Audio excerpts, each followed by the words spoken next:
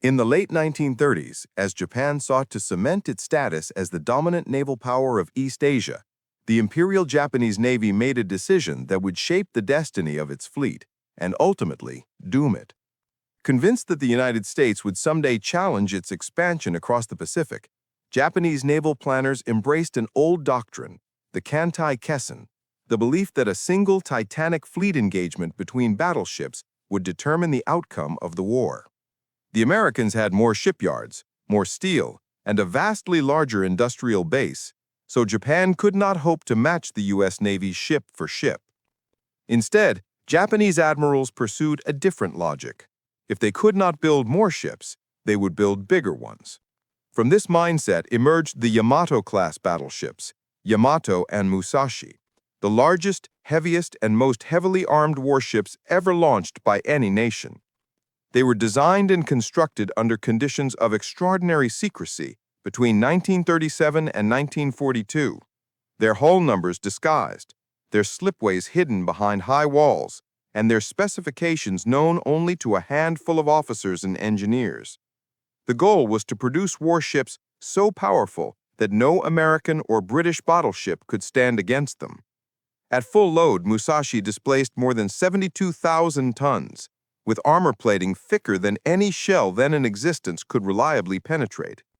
Her main battery consisted of 9 18.1-inch guns, the largest naval artillery ever mounted on a warship, capable of hurling shells weighing nearly 1.5 tons over 40 kilometers.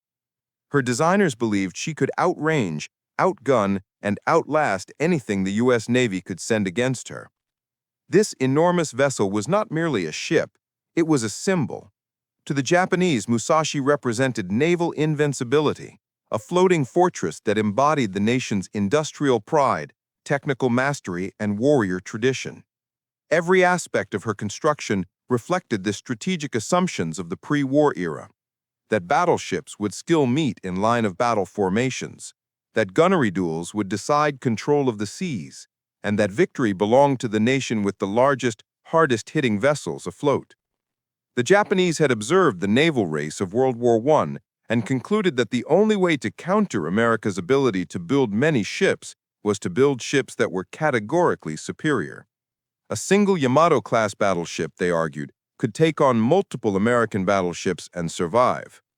Musashi was commissioned in 1942, designated as the flagship of the combined fleet after Yamato, and selected personally by Admiral Isoroku Yamamoto as his command ship. She hosted the planning sessions for Japan's most daring operations, including the ill-fated decision to shoot down Yamamoto's transport aircraft during Operation Vengeance, a grim reminder that even the world's most powerful battleship could not protect the man who trusted it. But as Musashi entered service, the strategic world around her was already shifting. The carrier-based raid on Pearl Harbor and the Battle of the Coral Sea had revealed the new reality. Aircraft, not battleships, were now the decisive arm of naval warfare. The sinking of HMS Prince of Wales and HMS Repulse by Japanese bombers in December 1941 further demonstrated that even heavily armored capital ships were vulnerable to air power. Yet Japan pressed ahead with its battleship doctrine, believing that Yamato and Musashi would still have their moment in a decisive surface engagement. Musashi's early career, however, did not resemble the epic gunnery duels she had been built for. Instead of challenging American battleships, she spent much of 1942 and 1943 escorting convoys, protecting troop transports, and serving as a command vessel. Her massive 18.1-inch guns were rarely fired in anger. Her immense armor was never tested by enemy shells, and her designers' dreams of obliterating American battleships at long range faded into irrelevance as the Pacific War evolved into a contest dominated by aircraft carriers, submarines, and airfields. Musashi was a masterpiece designed for a world that no longer existed. Japanese engineers had given her unmatched firepower and protection, but they had not prepared her for the new form of naval warfare now sweeping the Pacific. Her anti-aircraft suite, though expanded repeatedly, from dozens to more than 130 guns by 1944, could not protect her from the swarms of American carrier aircraft that would eventually hunt her down. As she sailed toward the Philippines in late 1944 as part of Admiral Takeo Kurita's Center Force, Musashi still embodied the hopes of a naval strategy forged decades earlier. But the battle she would face in the Subion Sea on October 24, 1944, would prove that size, armor, and guns meant nothing in the face of modern American air power. When Musashi officially entered service in August 1942, the Imperial Japanese Navy treated her not as a mere warship, but as the beating heart of a grand strategy already slipping into obsolescence. She became the new flagship of the combined fleet, succeeding her sister ship Yamato, and instantly transformed into a floating symbol of national pride. Her immense bulk, towering pagoda mast, and triple 18.1-inch turrets made her appear less like a vessel and more like a mountain of steel sliding across the sea. Crewmen from destroyers and cruisers stared upward as she passed, whispering that no enemy shell could crack her armor and no ship afloat could match her guns. Musashi, like Yamato, embodied Japan's final hope for a decisive surface victory. Yet the war around her was evolving faster than Japanese strategy could adapt. In her first year at sea, Musashi did not engage American battleships or participate in the epic line of battle duels she had been built for. Instead, she spent months shuttling across the inland sea and the Central Pacific, alternately serving as Yamamoto's command ship and escorting critical troop movements. Her most significant early role was one she was never designed for, transporting the combined fleet commander himself. In April 1943, Yamamoto boarded Musashi for the last time before departing by air for an inspection tour of the Solomons, a trip from which he would never return. When U.S. codebreakers intercepted his itinerary and American P-38 Lightnings intercepted and shot down his aircraft during Operation Vengeance, it was Musashi that recovered his remains. The world's largest battleship had become the guardian of the fallen architect of the Pearl Harbor attack. Meanwhile, Japan continued to expand Musashi's anti-aircraft defenses in response to rising American air power. Her deck bristled with increasingly dense layers of 25mm Type 96 guns, supplemented by 127mm dual-purpose mounts and an elaborate array of directors and fire control systems. By 1944, she carried more than 130 anti-aircraft weapons, an extraordinary number for a battleship, and yet Japanese officers privately acknowledged that these measures were desperate attempts to compensate for the growing dominance of American carrier aviation. The very fact that Musashi needed so many guns revealed the strategic crisis Japan faced. Musashi remained untouched in major fleet actions through 1943, but her reputation only grew. Crews whispered that she was unsinkable, that even torpedo bombers could barely dent her armor belt, and that she might someday fire the opening salvo in the decisive Kantai-Kessen battle the Navy had dreamed of for decades. American intelligence identified Musashi and Yamato as super battleships, treating them as high-priority threats. But the U.S. Navy increasingly understood that their massive guns mattered far less than their vulnerability to air attack. Carrier battles, Coral Sea, Midway, the Eastern Solomons, Santa Cruz had already demonstrated that battleships could no longer determine the outcome of naval war. Still, Japan persisted in treating Musashi as a strategic centerpiece. In early 1944, as the Americans pressed deeper into the Central Pacific, she was transferred to the Marianas to reinforce the fleet. During the June 1944 Battle of the Philippine Sea, known as the Great Marianas Turkey Shoot, Musashi finally witnessed the full horror of the new age. Japanese carrier aircraft were slaughtered in unprecedented numbers by U.S. Hellcats and anti-air fire. Though Musashi herself was not significantly damaged, the battle proved beyond doubt that Japan could no longer contest American air control. Her enormous guns remained silent throughout the engagement. Even as American carriers annihilated Japanese naval aviation, the super battleship could contribute nothing. After the disastrous loss of Japanese carrier air power, the combined fleet withdrew to Linga Roads near Singapore. There, Musashi and Yamato consumed precious fuel simply to conduct training exercises. They were too large, too fuel-hungry, and too slow to deploy quickly. Japan was running out of oil, and every sortie for the super battleships became an agonizing strategic gamble.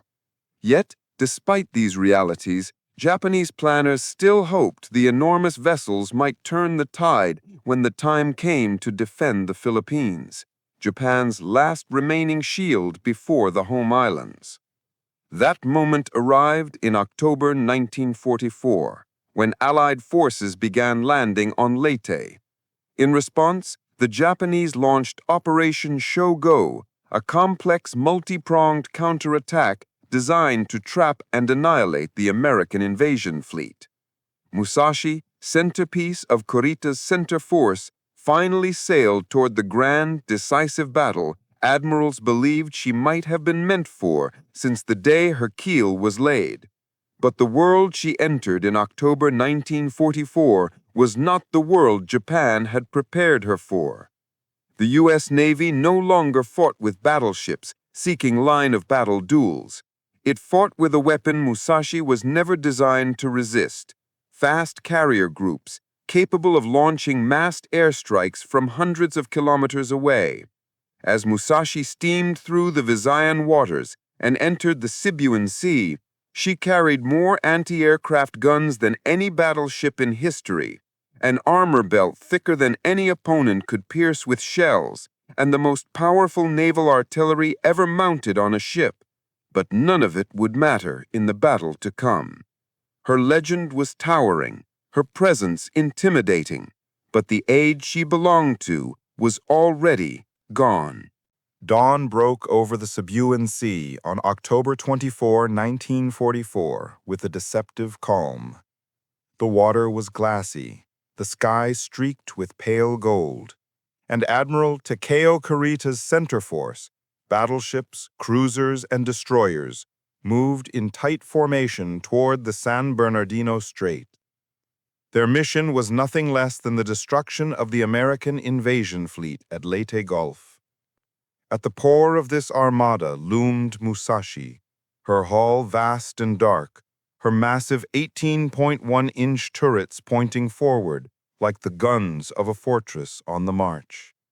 She was the pride of the Imperial Japanese Navy, the most heavily armed and armored battleship ever built, and Japan fully expected her to spearhead the decisive counterblow they had dreamed of since 1941. But over the eastern horizon, the carriers of Halsey's Fast Carrier Task Force, TF-38, were already preparing the weapon that would end her reign, the massed air power of modern naval warfare. TF-38's reconnaissance aircraft had sighted Kurita's force earlier that morning, and the American response was immediate and overwhelming. The carriers Essex, Lexington, Intrepid, Franklin, Enterprise, Cabot, and Independence fueled and armed their air groups with practiced speed.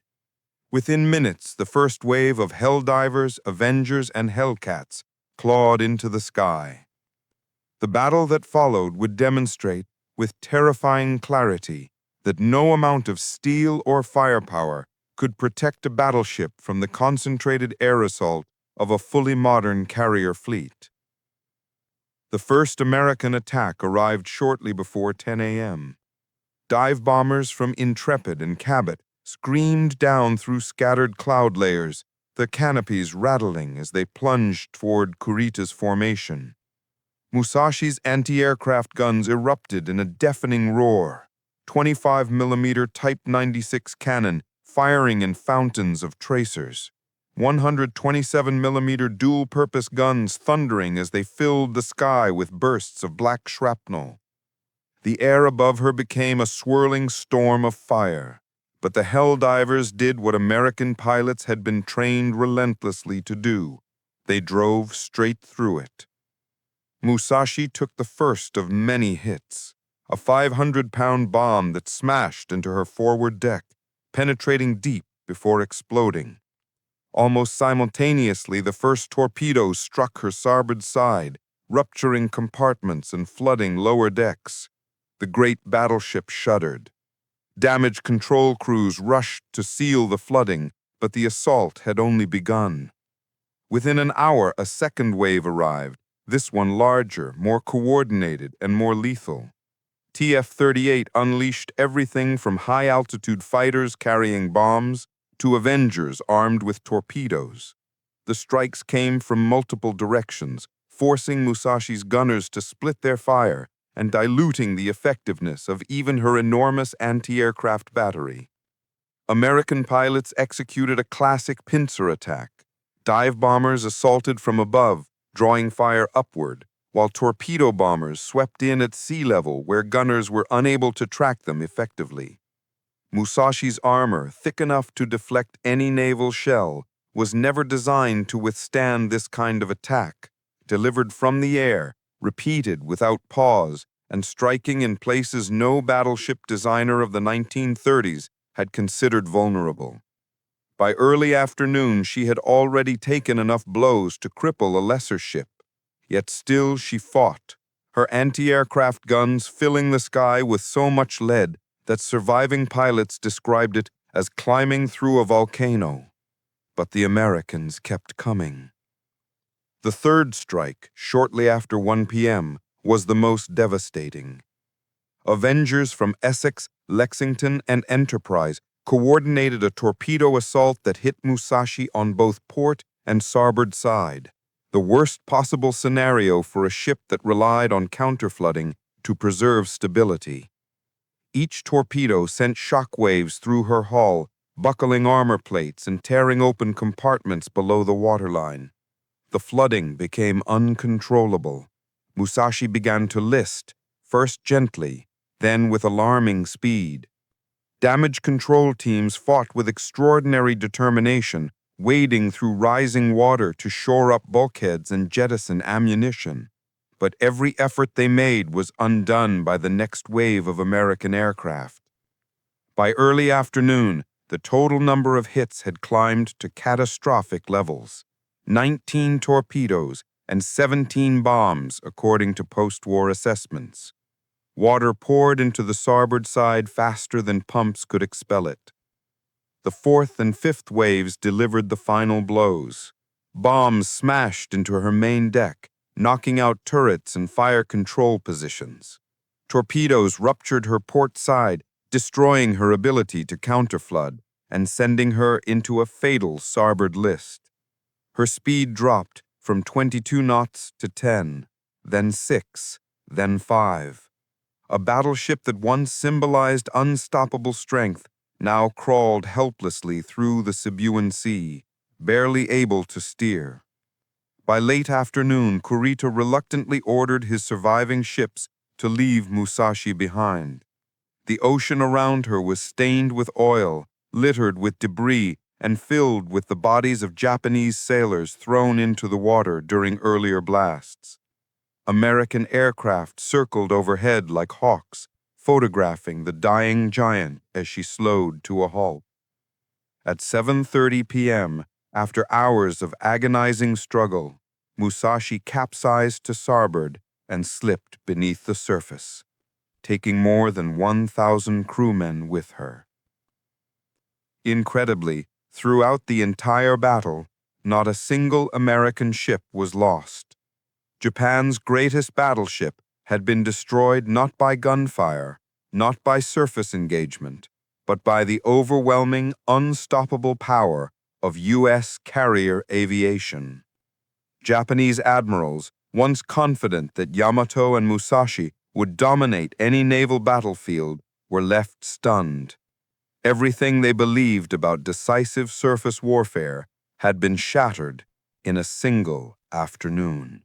As the sun set on the Sibian Sea on October 24, 1944, the full meaning of Musashi's destruction began to sink in, not only among the men who had watched her die, but across the entire Imperial Japanese Navy. For years, Japan had poured its engineering genius, industrial resources, and strategic faith into the idea that a battleship could still dominate the Pacific. Musashi's immense armor, her triple 18.1-inch turrets, and her reputation as an unsinkable titan had all been part of a grand vision harking back to the era of Tsushima and World War I. Yet in a single brutal afternoon, wave after wave of American carrier aircraft had reduced that vision to twisted steel and black oil drifting across the Sibian Sea. And the more the Japanese examined the battle, the more they realized that Musashi's fall had been inevitable. The first reason for that inevitability lay in the design logic that created the Yamato class. Battleship designers in the 1930s built ships to fight other ships. Their calculations assumed gunnery duels, angled armor belts, plunging shell fire, and engagements fought over line-of-sight ranges. Musashi's 409mm armor belt could shrug off shells from any American battleship. Her magazines, turret faces, and conning tower were shielded by protective layers unmatched anywhere else in naval architecture. But none of that mattered when the Americans bypassed the paradigm entirely. Carrier-based aircraft did not duel. They attacked from above, from multiple angles, at multiple altitudes, using weapons the Yamato class had never been designed to resist. The second fatal flaw was Musashi's vulnerability to asymmetric flooding.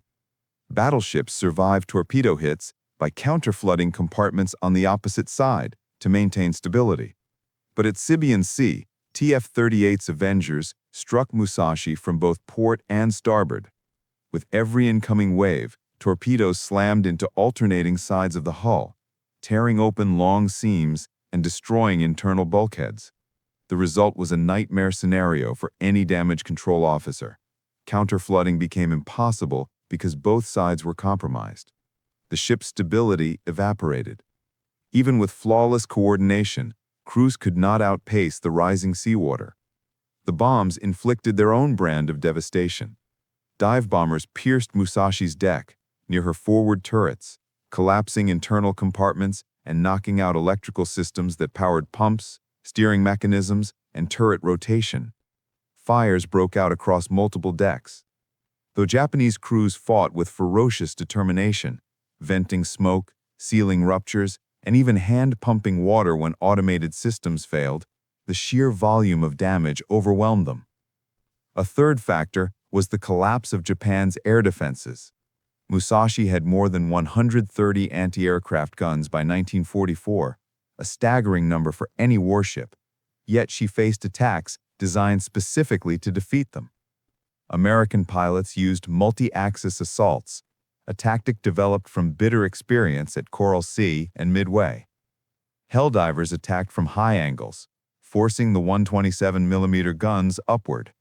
Helldots skimmed the waterline, slipping under the field of fire. Hellcats swooped in from mid-altitude to distract gunners. No matter where Musashi pointed her guns, another wave struck from an angle her crews could not cover. The Type 96 25mm AA guns, Japan's most common anti-aircraft weapon, had severe shortcomings: slow traverse speed, heavy vibration, and no powered stabilization. They were easily overwhelmed by fast, diving aircraft. As the battle wore on, gunners reported barrels glowing red, ammunition depleted, and firing platforms rattling so violently they were nearly unusable. Musashi's enormous size, once a symbol of power, became a liability. She was simply too big to protect, too big to maneuver, and too slow to escape. Fourth, U.S. air power was not merely overwhelming, it was coordinated with mathematical precision. TF-38's total of 259 sorties against Musashi represented the largest aerial attack ever conducted against a single ship to that date. Pilots communicated in real time, adjusting torpedo patterns to exploit lists and damaged bulkheads. They targeted engineering sections to reduce speed, bombed steering compartments to cripple maneuverability, and focused torpedoes low on the hull where the armor belt tapered. By mid-afternoon, Musashi was limping at 5 knots, barely able to steer, a drifting target for the next assault. Japanese officers later admitted that once Musashi's speed dropped below 10 knots, her survival was mathematically impossible. Battleship armor assumed mobility. Without it, she became a barge waiting to be sunk. A fifth and final factor was psychological and decisive. Japan had built the Yamato class to embody a myth that a single super battleship could change the course of a war. But in the Sibian Sea, that myth collapsed. American carrier air groups worked as a single flexible organism, adapting with each attack, sharing intelligence, and maintaining relentless pressure. Japan's hope for a decisive surface battle had died at midway. Musashi's sinking was simply the final, irrefutable proof. Even Admiral Parita, who watched Musashi fall farther and farther behind as flooding worsened, understood the significance. His earlier belief that the super battleships could spearhead a breakthrough evaporated as Musashi became unable to keep formation. In his report, Kurita wrote with blunt honesty, "Air attacks alone sank Musashi." When the great ship finally rolled to starboard and slipped beneath the waves at 1936, she left behind a massive oil slick, hundreds of lifeboats, and the bodies of men who had fought with unwavering courage. But she also left behind something larger, the death of the battleship age. Musashi's demise showed the world that armor, guns, and size were obsolete metrics of naval power.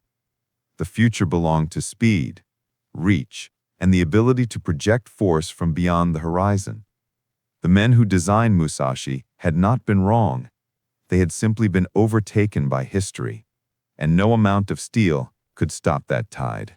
When the last bubbles of air escaped from Musashi's upturned hull and the sea closed over the greatest battleship ever built, a silence fell over the Sibian Sea that no eyewitness ever forgot. More than 1,000 Japanese sailors drifted through the oil-slicked darkness, clinging to wreckage, calling out for comrades, watching the distant silhouettes of Kurita's surviving ships vanish into the dusk. Musashi, Japan's titan of steel, the pride of its fleet, the embodiment of its naval doctrine, was gone. Her loss reverberated throughout the Imperial Japanese Navy with the force of a revelation. In a single battle, without a single American ship being sunk, the entire foundation of Japan's battleship-centric strategy had been shattered beyond repair.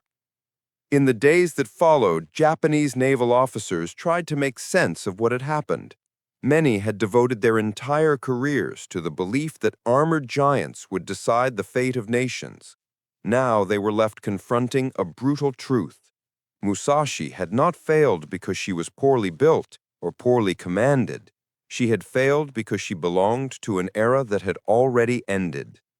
Her death was the final verdict on a doctrine that had dominated naval thinking for half a century, a doctrine that American carrier pilots swept aside in a matter of hours.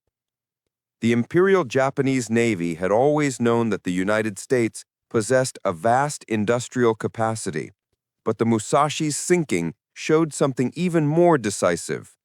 America had mastered the art of modern naval warfare. Carrier air power, not battleship gunnery, was now the measure of sea control. Where Musashi could strike at targets 40 kilometers away, American carriers could strike at targets hundreds of kilometers distant. Where Musashi required thousands of men to operate her guns and engines, American air groups could deliver the same destructive power with dozens of aircraft flown by pilots barely in their 20s. The contrast was devastating. For the Japanese High Command, recovering from the shock was impossible. Even before Musashi sank, Japan's naval aviation had been crippled at the Battle of the Philippine Sea. The loss of Musashi confirmed that Japan could no longer rely on surface forces to halt the American advance. Yamato, Her sister ship would be sent on her own suicide mission 6 months later, Operation Tengo, where she too would be sunk entirely by aircraft before firing a single main gun shell at an American warship. The super battleships, once imagined as the backbone of Japan's maritime destiny, had become relics before they ever had a chance to prove themselves. For the Americans, Musashi's destruction carried a different kind of significance. It validated the entire strategic philosophy the U.S. Navy had embraced since the early stages of the war: mobility, flexibility, and the projection of power from the sky. The Fast Carrier Task Force, TF-38, had demonstrated that a modern Navy did not need to risk capital ships in surface duels. Instead, it could destroy the enemy at a distance, dictate the terms of engagement, and overwhelm even the strongest ship with a storm of coordinated aerial attacks. The fact that no U.S. ship was lost during the engagement was not merely a tactical success, it was a strategic triumph. It proved that the era of the battleship was irreversibly over. Among naval historians, Musashi's legacy has since evolved into a profound lesson in the intersection of technology, doctrine, and timing. If Musashi had sailed in 1918, she would have been unstoppable. If she had faced American battleships instead of American aircraft, she might have dominated the Pacific. But she entered the world at the worst possible moment, the dawn of an age where her strengths were irrelevant and her weaknesses fatal. Her armor could not stop torpedoes dropped from above. Her guns could not fire at enemies beyond the horizon. Her massive displacement made her a target first, a weapon second. And even her crew, among the finest in the fleet, could not overcome the physics of a ship hit by 19 torpedoes and 17 bombs. Yet Musashi's legacy is not simply one of failure. She symbolizes the end of an epoch, the final expression of a battleship race that began with HMS Dreadnought in 1906 and ended, decisively, in the waters of the Philippines. She represents human ambition at its most immense and its most misguided, a belief that bigger and stronger could always triumph as the world changed around it. Her wreck, discovered in 2015 by the expedition led by Paul Allen, lies in nearly 3,000 feet of water. Photographs of her shattered bow and collapsed turrets evoke awe and sorrow in equal measure.